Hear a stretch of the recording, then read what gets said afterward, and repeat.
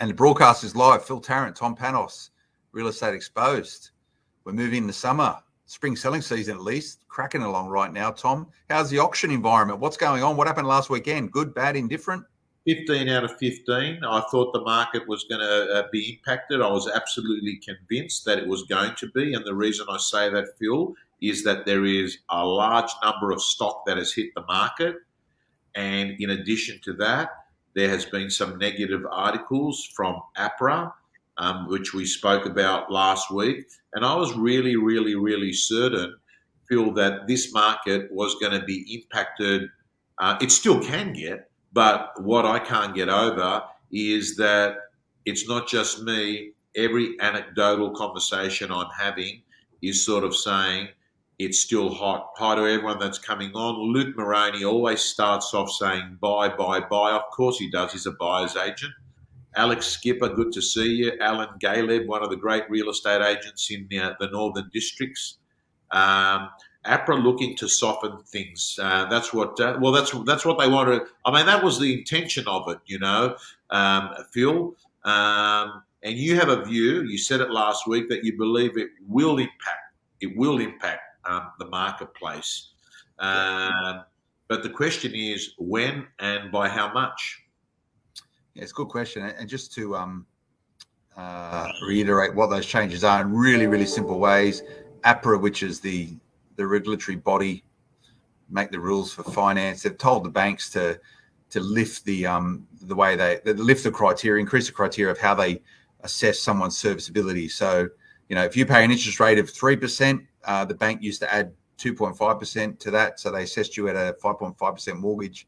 What APRA has gone and said lift it up by another half a percentage point. So now banks will be assessing you with 3% on top of whatever the loan that you're getting right now. So that's reality. APRA's got involved in this market beforehand. If you think back to 2017, they wanted to take a heat out of the market at a point in time when investors were in there driving up a lot of demand, pushing it forward. And that had a lot of effect. One of the big criticisms at that point in time was that APRA intervention was national when it just really needed to target two different markets, but it slowed the market down.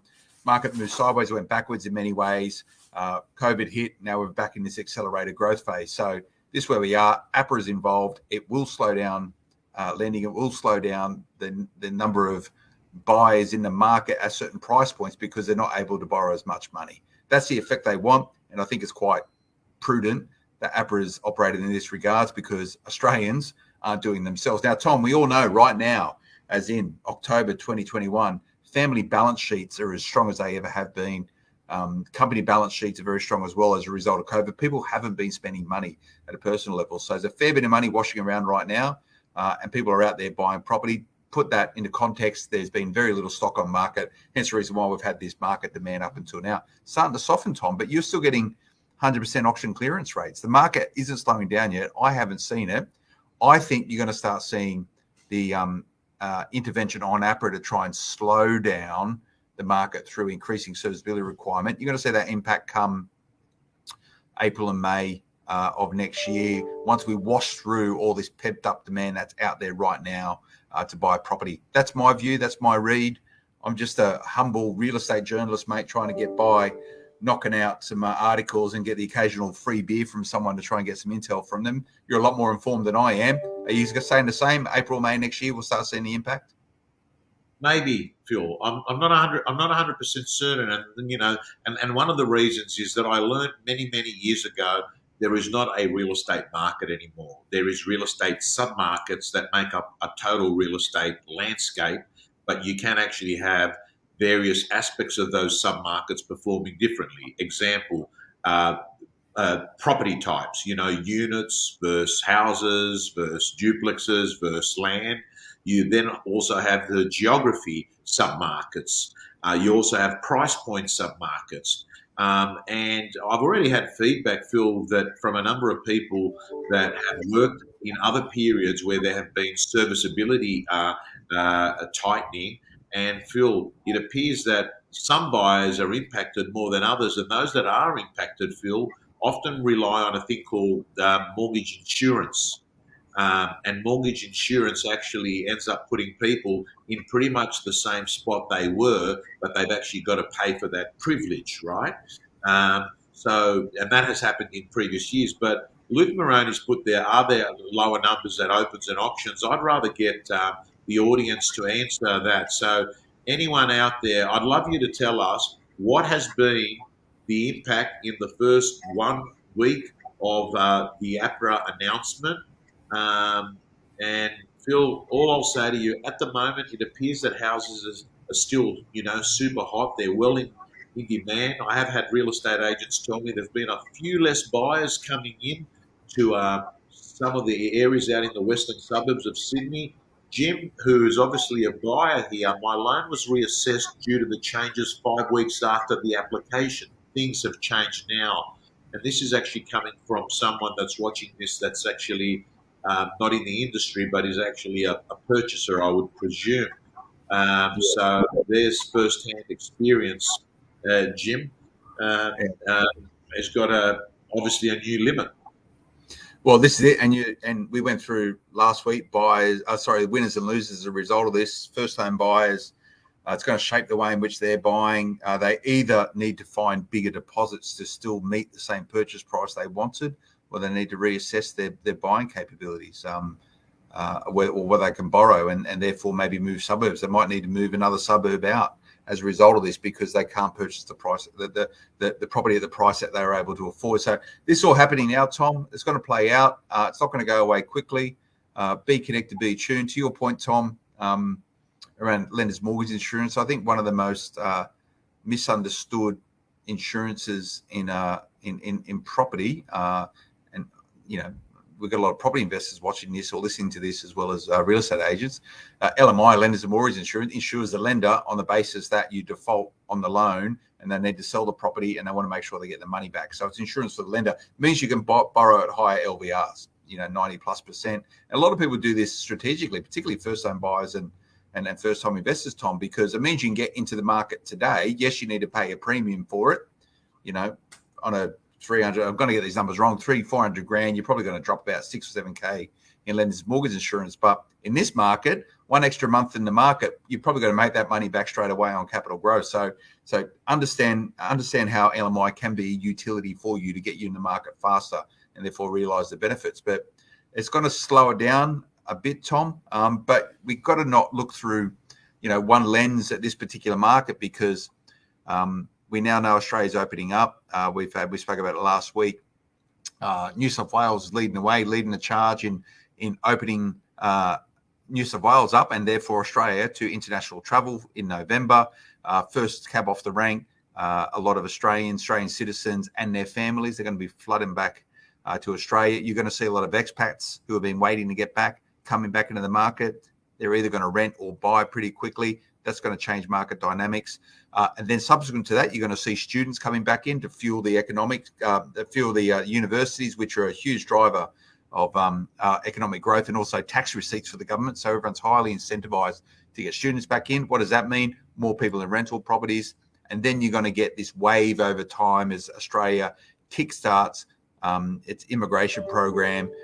We're so short of skilled workers in Australia to help drive the economy forward. So we've got to remember right now, these APRA restrictions are operating inside an isolated bubble that is Australia with its borders up. When that opens up, you're going to get a whole bunch of new buying intent coming to the market, or at least for new migrants that come into Australia. Typically, they rent to start with, so it's not bad for property investors, mate. This is all going to happen, and I've seen a lot of people try and channel what that might look like moving forward. But even the economists are going, we just don't know how it's going to play out, mate.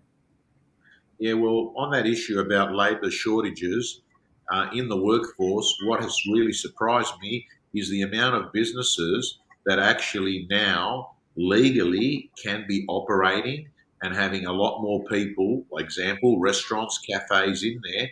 I know of 3 instances in my area in the West where the owners have chosen to continue providing only a smaller part of their full service, not because of the restrictions, but they simply cannot get staff. So the cafe that I go to regularly now is basically got the ability to actually serve a lot more people, but they can't get kitchen staff. And because they can't get kitchen staff, they're not actually putting out as many chairs out there And the reason they're not putting out the chairs is that they're going to disappoint people. They're not going to be able to deliver the goods. So, Phil, this is a big thing. I actually laughed at it when Sanjay in London had said to me that there's been McDonald's stores in London that have closed down because they have no staff. All the staff have gone back to their countries.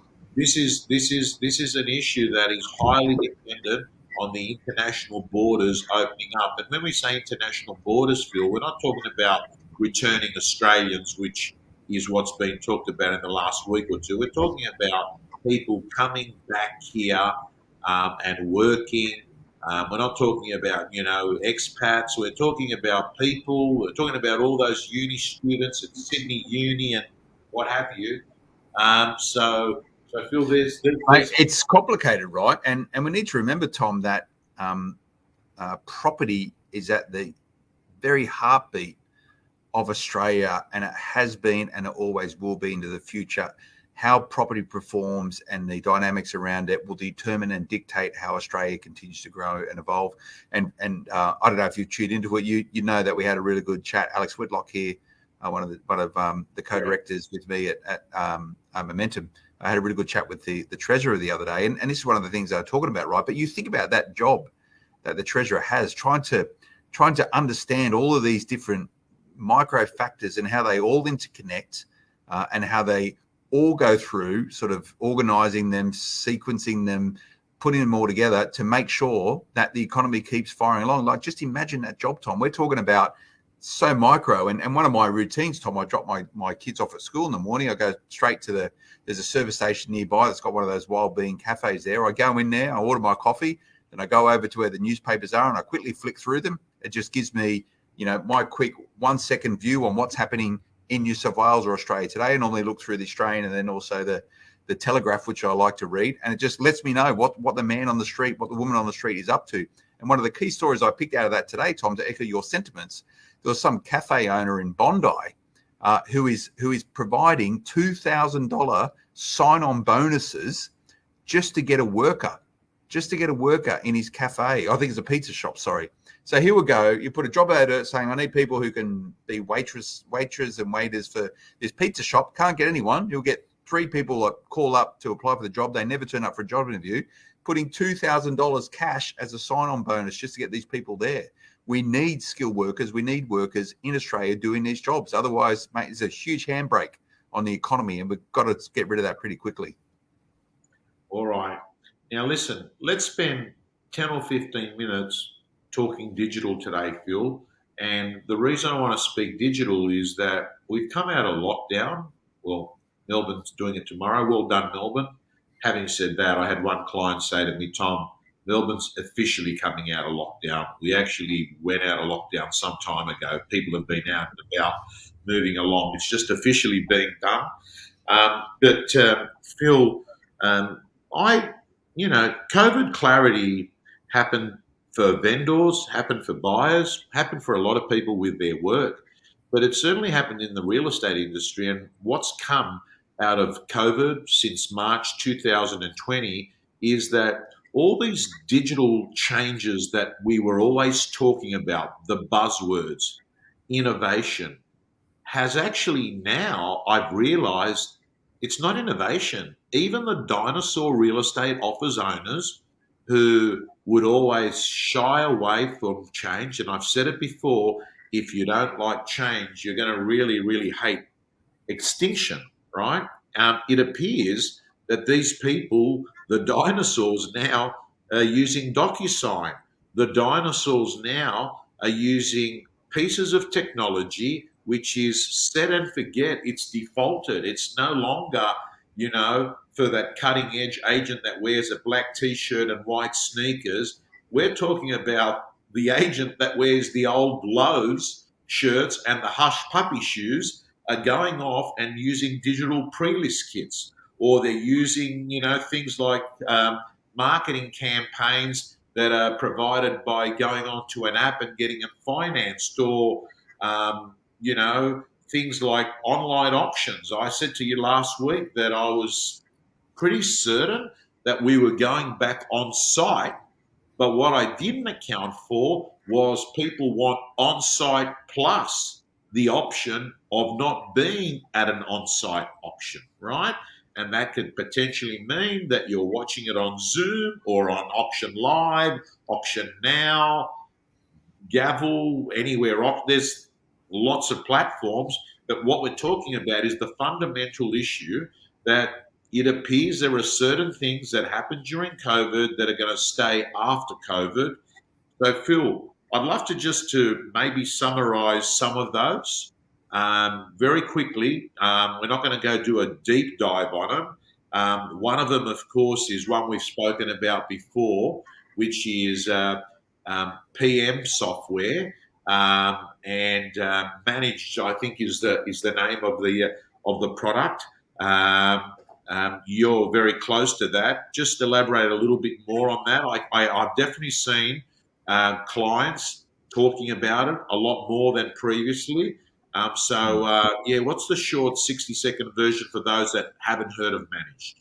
Yeah, thanks, Tom. And full disclosure, I'm an investor in Managed amongst some other people. Anyone go and check out the share registry, see who's in there. But I think there are people who see the vision for where real estate is going. And COVID, to be fair, has been a huge enabler for organizations like Managed and other tech platforms inside of real estate. And I think the catalyst for change, or the acceptance that change is coming and you need to embrace it quickly in order to accelerate business growth into the future, has been COVID clarity.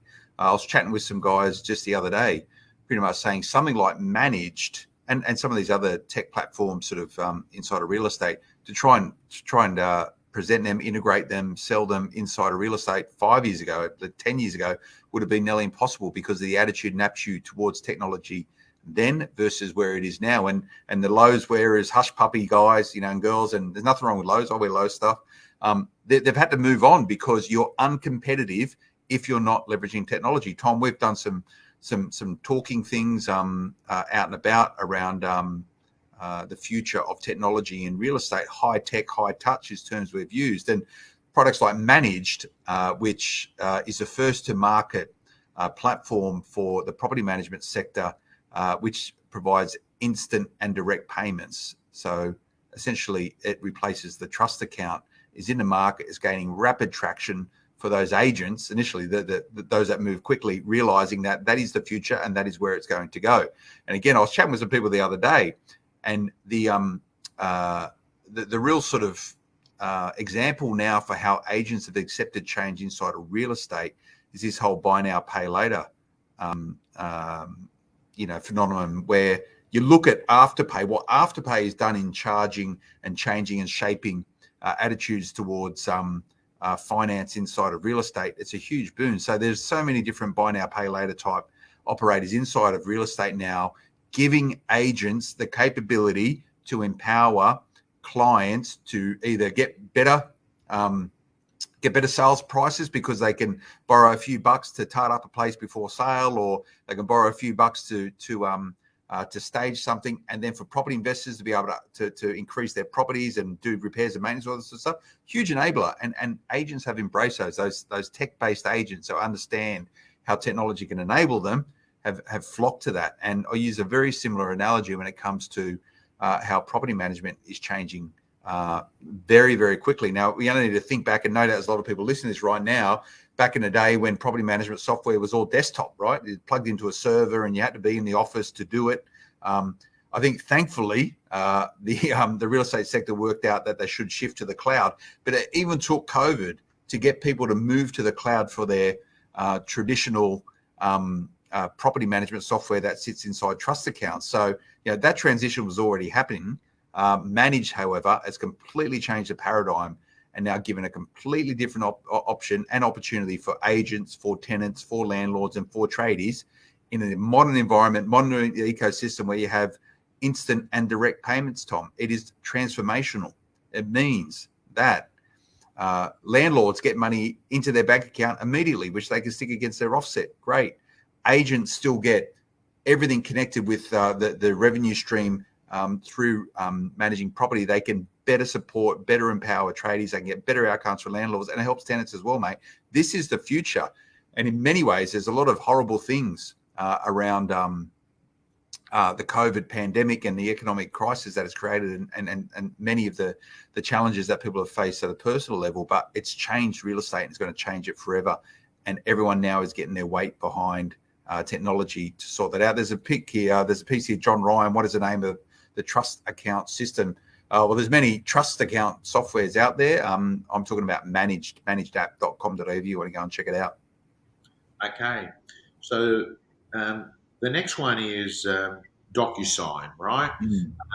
And so, by the way, everyone, what works is anything in life that is fast, good, reasonably priced is normally a winner. Whether it's Uber, whether it's Spotify, fast, good, and then reasonably priced. So they're the three things that I think, because then everyone's a winner. Like if everyone's a winner, if all stakeholders win out of it, it means technology is actually helping, not harming. There have been plenty of pieces of technology that actually harm businesses because, who knows, glitchy, complicated, expensive. Docusign, whether you're doing it direct or whether you're doing it through one of these legal platforms like Secure Exchange, where we're on our boat cruise, right now I can pretty much tell you, even the dinosaur officers simply are saying, I'm not going to drive off to the Central Coast to get a signature on a piece of paperwork, right? It's not going to happen. I'm sending out this email, bang, it's done. I'm not going to go off and worrying about, getting or sending COVID to someone where I can simply just go off and get this stuff signed. And people don't have to leave their job working at retail on a Saturday to sign a contract. They sign it on their mobile phone while they're at work. That's how easy it is. So DocuSign. You've got a question, Tom, like why did it take COVID for people to rapidly accept this utility that has been there for many, many years? And we need to probably apply one part of this equation is that regulation and policy, whether it's state or federal, hasn't necessarily kept up with the speed of technology and innovation in technology. It's been really, really slow. And I only think about mortgages, Tom, where, before COVID, the broker had to sit down and eyeball someone in order for the transaction or the loan to be set. That was part of the compliance of it. At least now they've accepted digital technology to achieve the same process and still have the same rigor around that process, but you don't need to do it face-to-face anymore. It's leveraging technology. It took COVID to change the decision-making around it from the policy side of things. Same within real estate. That technology, the e-sign stuff's been around for 10 years, mate. Why hasn't it been accepted? It's an interesting question. And I'll tell you, as you were talking, I was trying to come up with the answer. And one of the questions I asked myself is, why did it take cancer for me to change the way I lived and looked at life? Because I think what happens is you've got to actually go through a process and there's got to be consequences in that process, because if nothing really is going to change, if nothing changes, nothing changes, I think is probably a nice way to sort of summarize it. If nothing changes, nothing changes. So I think what happens is you've got to go through a process where you turn around and say, hey, we are suffering major consequences if we don't actually come up with a solution for this. So when you're not faced with that, it's pretty easy to just keep going with the flow, even though there is a better way to do it, and, there's a great question, Phil, that we can all ask in our business every day, and that is zero-based thinking. If I wasn't doing what I'm doing today, would I actually start this process in a business? And I actually urge every real estate operator to look at their business, their window display tomorrow, and walk through the office and say to themselves, if I was buying this business tomorrow, what would I keep and what would I change? And the truth is that every day you have the opportunity to make those changes to a business that you already own. You've just got to sit there and say, are these things that have happened because they once served a purpose? They no longer serve that purpose, but we still hold them? or has this had an expiry date? And what I'm doing is actually working with something that actually has got its use by date. And it's a really good process. This zero based thinking, it's a great question Yeah. to ask yourself in your business every day. Oh, I think it's great, and you don't need to overcook that either. There's going to be some big questions that you probably need to ask, but there's smaller things as well, and you can actually action things on a daily basis. And I know, Tom, you've got sort of academic experience around sort of business coaching and all that sort of stuff. I've read a lot around it. There is so many books about it, but in a real simple idea, and what you said is ideal. You could do it immediately. I suggest you do it with your team. Get a whiteboard out, put 3 columns that says start, stop, keep, and then get everyone to do the individual exercise themselves, then go up and write it up on a whiteboard and look at it and have a discussion around it and a good briefing around it. You'll find there are certain things in your business that you can start today, you can stop today, and you can keep doing as you do. Really, really simple, 3 columns, go and do it. There's another sort of business term, Tom, which evolved out of military thinking, and this is the idea or the concept of red teaming. Where you have someone inside your organization. Sorry?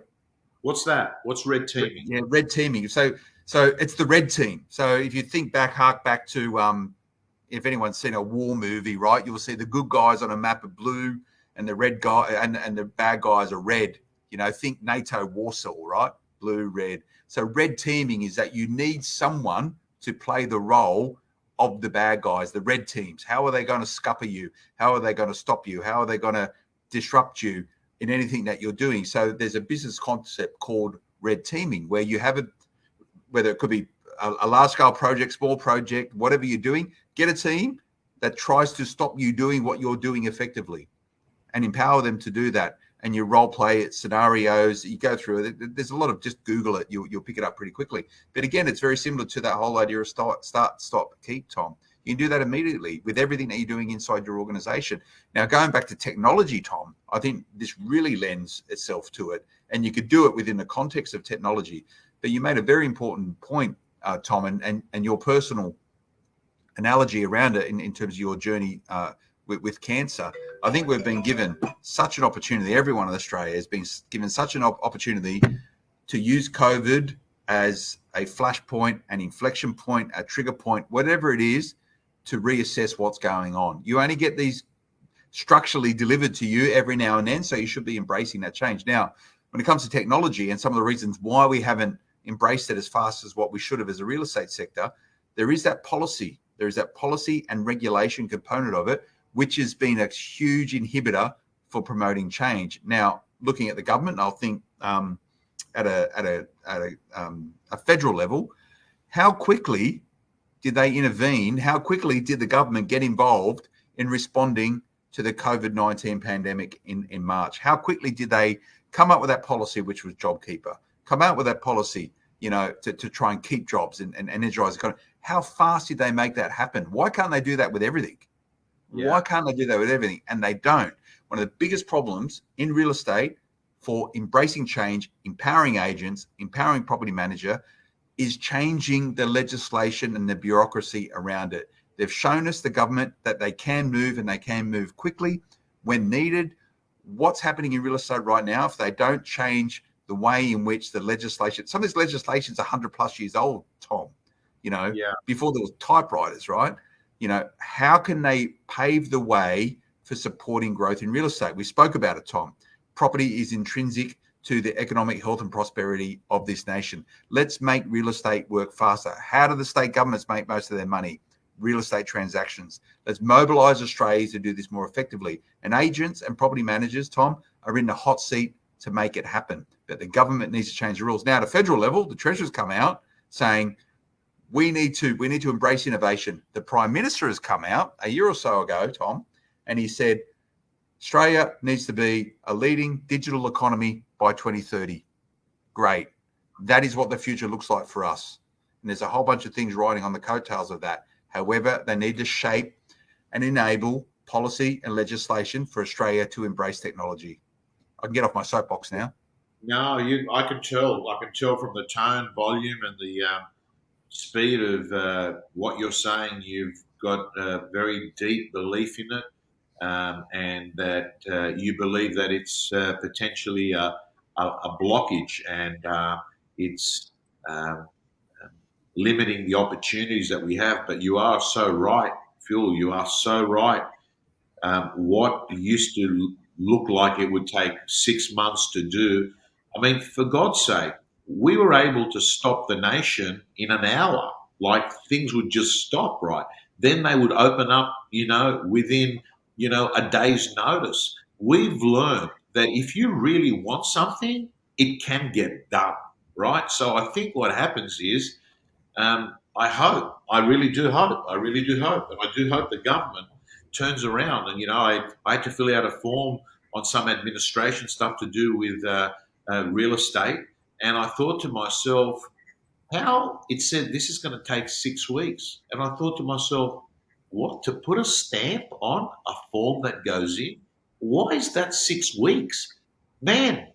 We've been able to get people tested for an illness, have a passport put on their phone in no time, and you're worrying about a piece of paper that's got to go through some clerk, right? So I get it. Now, Phil, being mindful of time, I'm going to quickly run through some of the other bits of technology. One of them is artificial intelligence, and that to me sounded like it was Elon Musk type thing, but now it's the first national office out in regional Australia has got it. The local real estate business in Punchbowl Greenacre has got it. And that is very simple. Some code that goes in to your database. It then goes to realestate.com and domain. It goes to CoreLogic RP data. It's a little bit like Google Maps. It quickly does this calculation and says, hey, these are the 20 people, Mr. or Mrs. Agent, you need to call today. These are the reasons why you're going to call them. There's a new property that's come onto the market in their street. You should let them know that. So what we've seen is the emergence, and there's a few tools around. Rita is one. I don't have a relationship with them, but it's one that I know of, Rita, where it actually makes it easier for the agent to do their job, because they're actually told who to call and what to say. The artificial intelligence doesn't make the calls. Having said that, they do actually send the text messages. And that's another bit of thing that's happening, where text messaging now is sky high in business, Phil. Like text, if you think about it, they're personable. We've got wearable devices like an iPhone, iWatch, your iPad, which means that a message can be with you at all times. And there's this thing I noticed, the need to respond to a text when you get it, unlike an email. And you've seen all these tech firms pop up where they're actually producing technology that allows you to actually be that high-tech, high-touch agent. I'm not talking about text messages replacing a conversation. I'm talking about complementing a conversation and allowing you to actually have touch points on scale to a bigger audience. Big tip, by the way, Phil.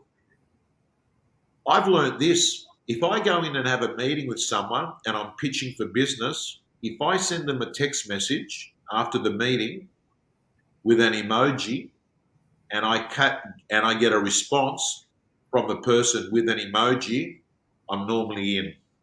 It says to me, we've connected. Very interesting. So I would urge every real estate agent, try it. Send an emoji text message. Hey, great seeing you today. Look forward to seeing you in 2 days, where I'll give you my proposal, and then maybe a thumbs up or thank you emoji. If you get a text message back with a, thank you, maybe a gratitude, thank you emoji, it basically means, hey, we're talking the same language. Having said that, Phil, if you don't get a text. So we need to upgrade then, Tom. Facts tell, emojis sell. Oh, I like that. Facts tell, emojis sell. 100%. 100%. I'll have to try that. There's a certain sense you cross a barrier when you start sort of communicating through emojis, right? It's the same whole thing around trust, right? If there's trust in a relationship, the terms become negotiable. I think as you layer out developing trust, if you can shift it into a an emoji type sort of connectivity, it means that you're generating trust in that relationship. There's happiness to be operating and communicating on that basis. I'm going to try that, mate. I don't mind it. It's very tactical. It's smart though. It's smart. And then Phil, smart. you've got a lot of stuff like, we talked about it, which is buy now, pay later, and that's really, infiltrated. I know I've got a relationship with VPA campaign agents at Watch. You've got a relationship, or I think they've sponsored things in the past called ListSure. There's a few others out there, but the concept is that, hey, via digital means that you can actually quickly get a marketing campaign signed off, no money to pay. It all gets sorted down the track when you become cash rich, because at the moment you might be asset rich till that property gets disposed. You've got things like, example, that's another digital business, before you bid, typical. They've solved a good problem, because what happens, Phil, and this is becoming stock standard, I want to go buy a property at auction. I keep missing out, like in this market. I spend $800 each time on a pest and building, right? I then start getting annoyed because I'm on the underbidder. I've already spent four times of 4 8s at $3,200. The lawyers hit me up for a few $100 each time he looks at the contract, right? So it gets quite expensive missing out at auctions, right? So then you turn around and say, well, I'm going to discount auctions. I'm only going to look at for sales, right? So I don't actually put myself in a commercially negative spot by missing out. But now things like before you bid, I actually don't know whether there's any others in the marketplace. You amortize the cost of the pest and building amongst all the bidders on that property. So what actually happens is that, 10 losers, 1 winner, it's all spread between them, the cost of the reports. So these are intelligent, solving problem things. They're probably, the main ones. And of course, digital proposals, I think, are really, really good too. For instance, Phil, you get a real estate agent says, I'm coming out to value your property. I'm sending you a text message, and within 1 minute, you got a text message that's giving you pretty much a Vogue-looking electronic magazine of what the agent's about. So you're doing persuasion, as Dr. Robert Cialdini says. They're selling you before you even go there. They're priming you up for the decision by having really, top of the line pre-list material for you to look at before you actually sign up.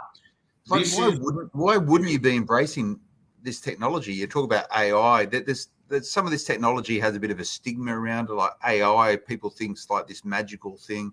The way you explained it for the layman is pretty simple. It's just, getting someone to go and look inside something to give you some information that you can use more effectively. High tech, high touch.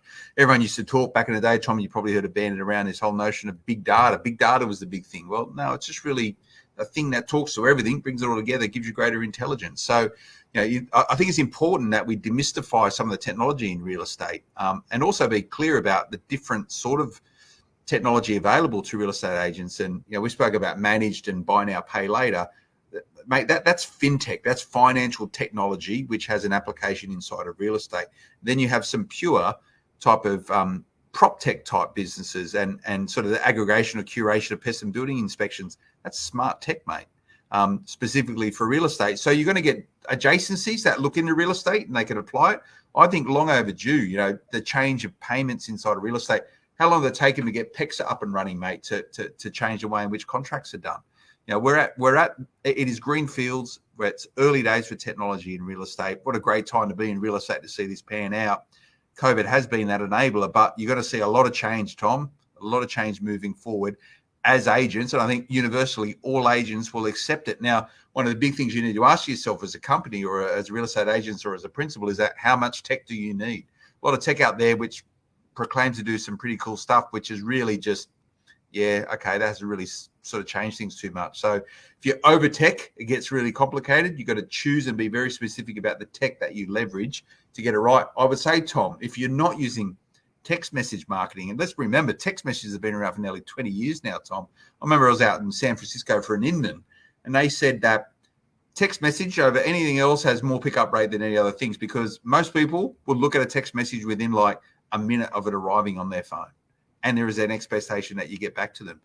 Get a part of your technology mix to have those capabilities. There's also technology, Tom, which allows you to leave direct voicemails on people's voicemails without actually having to do it. They just get a message saying, hey, you've missed a call. And there it is. G'day, how you going? It's Phil from Phil's Real Estate.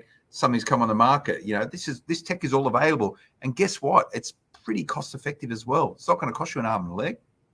Well, everything I mentioned there, Phil, I deliberately went into stuff that I can consider more cutting edge than bleeding edge. I'm not interested in bleeding edge. I'm not interested in experimental stuff that's got low probability of execution, but if it comes off, it's just incredible. What I'm talking about now, and when you said is why aren't people adopting it, I think they are. I think that if you're the number one or number two office in a specific core area, if I were to go off and get a map, I would say that most of the number one and number two offices, if you went in there and you said to them, hey, tell us what are the 5 or 6 biggest pieces of technology that's supporting your business, I would say that most of these businesses are in there. So I suppose the reason why we're having this conversation is to that remaining 90%, I'm letting you know that you are essentially operating with limitations, but more importantly, you're giving competitors an unfair advantage of standing out. I've got to say to you, Phil, I want to keep talking more and more. I want to talk about technology for the layman because I reckon there's the gap, right? I think you're right. A lot of people get overwhelmed and scared that they'll just say, hey, this is not me. I want to talk about technology for the person that is the non-tech person because I've got to tell you, it's cheaper and easier than what you think it has to be. But Phil, I might let you to close off. I know you had something to say, and then we've kept our viewers and podcast listeners longer than normal. Oh, mate, no, I was just going to add to it. Technology should be simple for your business. And you know, remember, like the technology we've spoken about today, I guess there's 2 streams of technology. There's a technology which is there to potentially disrupt the way in which real estate happens today. For example, removal of real estate agents. That's not the tech that we're talking about. My view, and no doubt, Tom, you would echo this view, is that real estate agents and property managers are critical to real estate transactions in Australia to get the best outcomes for consumers. I absolutely believe that. Real estate professionals in every transaction, property management or the sales, better results for consumers. And everything, when I view technology, needs to be about better results for Australians, better results for consumers, whether that's at the buying and the selling of property, the owning and renting of property, or the securing of property through finance. Better customer outcomes is the way in which we should approach any conversations around technology. So when you're looking at technology in your business, you need to think about how is this technology going to ensure a better outcome for my customers? And that should be your guiding light and your guiding force. And you should look at any implementation of technology to that regards. Now, some of that might be an efficiency gain or benefit. Some of it might be a cost gain and benefit. But everything for technology in real estate, high tech, high touch. Use technology to do the stuff that you don't need to do to give you more time to add value to the consumer, to the vendor, to the buyer, to the investor, to the tradie, to the tenant. That's how I'd be framing any technology discussion, mate. Phil, Tarrant, thank you so much. Look forward to seeing you next week. And I've also just diarised, as we've been speaking, 10th of December, Women in Real Estate Awards. Looking forward to it. Off the top of my head, it's a Friday night. Yes, it is. So I'll see you then. Thanks a lot, Phil. Good one, Tom. See you, mate.